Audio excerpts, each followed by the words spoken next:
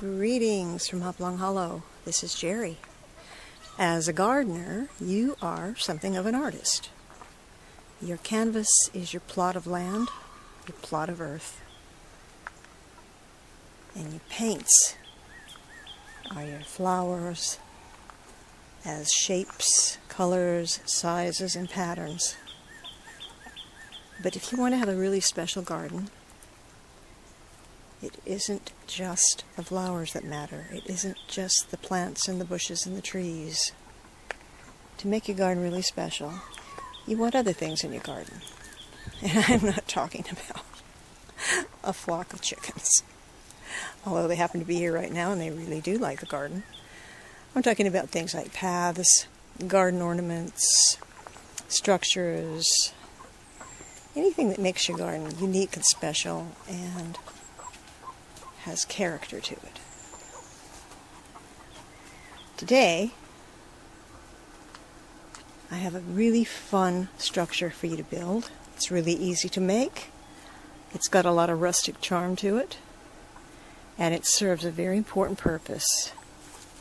And that is what we're looking at right now, known as a bug house or a bee haven or a bee cottage.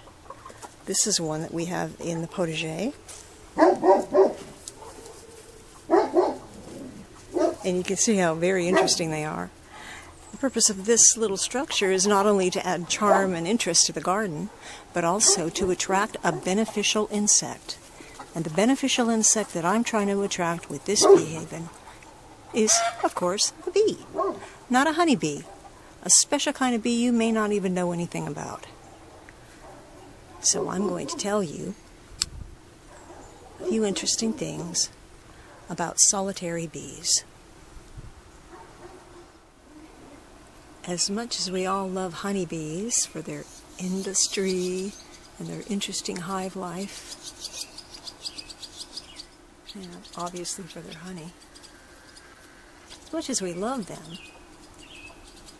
they're really not natives to North America. They were brought here by the colonists in the 1600s.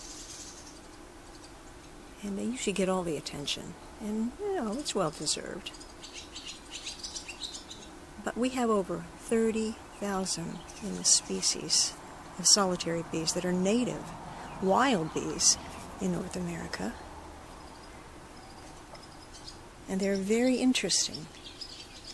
They're solitary bees because they don't make honey, they don't make beeswax, they don't have a queen to protect. They're independent little things.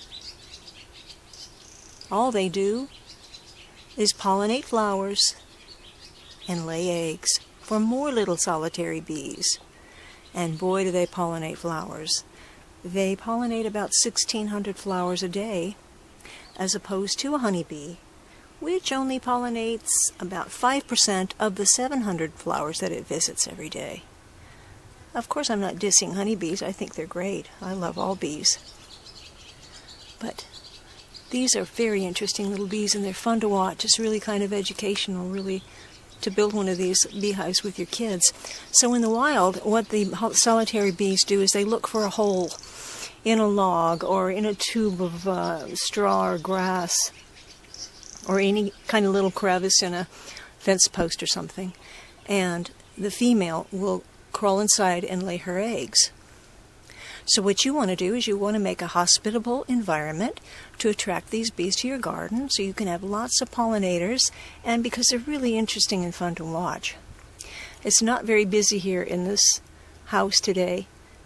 Usually it's late afternoon here, and I usually get the most activity in the morning. But the queen, not the queen, that's the honeybee, the female solitary bee will flit around all day collecting pollen, and when she's got a basket full of pollen, she finds a nice little tube, like one of these nice little tubes that you've made for her,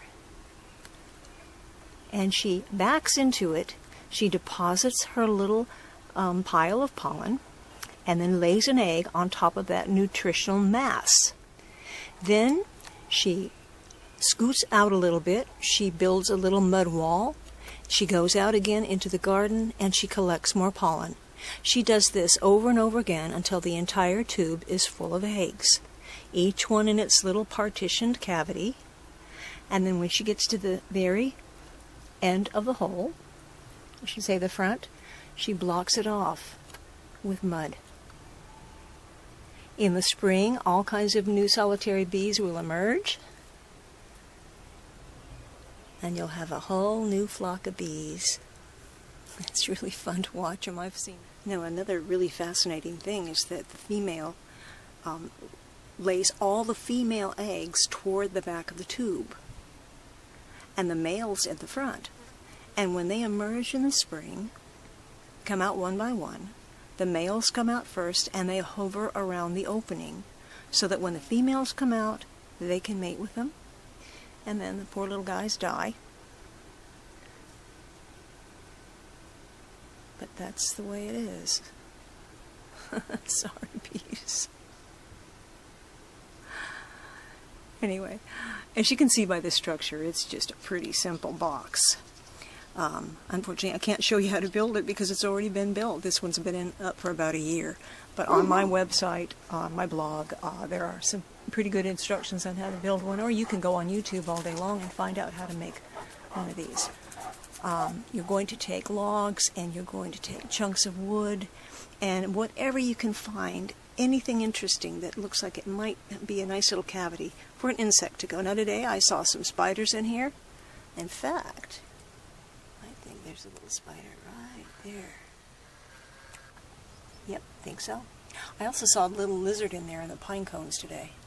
So it isn't just bees, you're also going to get solitary wasps. Not the kind that are bothersome, but the kind that will eat pests in your garden. Lacewing flies and ladybugs also like it in here.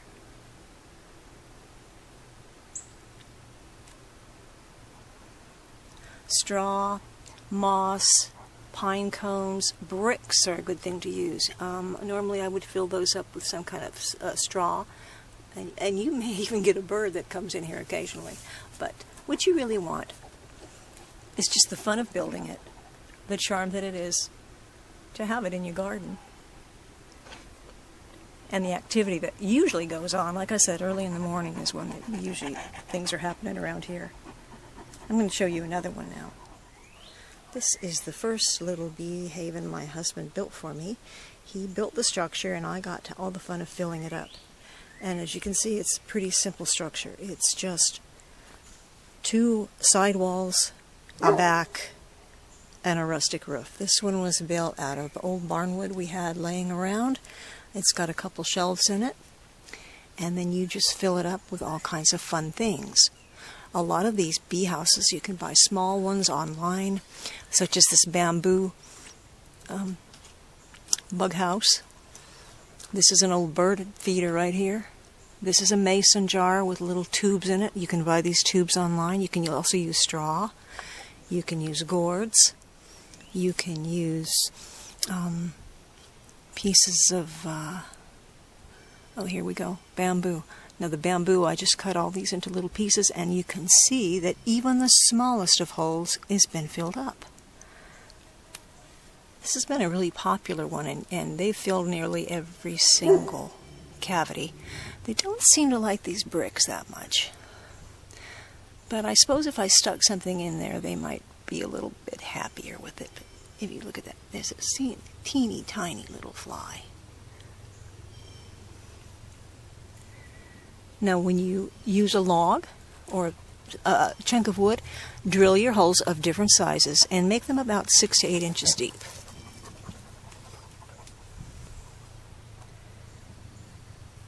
The fun part really is filling it up, especially if you have little ones that you can do this with. They'll have a great time with it, and they'll have fun watching it too. And they won't get stung either, because solitary bees don't have any reason to sting anybody. Now, I don't think it matters what direction your bee house is facing, because this one is facing east. It basically gets just no sun at all. It's in a shady garden. It's even under another structure, which is was built to feed the birds. In fact, we've got a real honeybee hive over here. It's empty. But the other beehive that I showed you, the bee haven, is facing south and it gets bright sun all day long. So I really don't think that it matters that much. I know when the bees do emerge in the spring, they come out early in the morning. If you can overlook a garden, that's what you want. You want your bees to be happy. So I hope you'll add a fun little folly like this to your garden. And from Hopalong Hollow, this is Jerry. See you next time.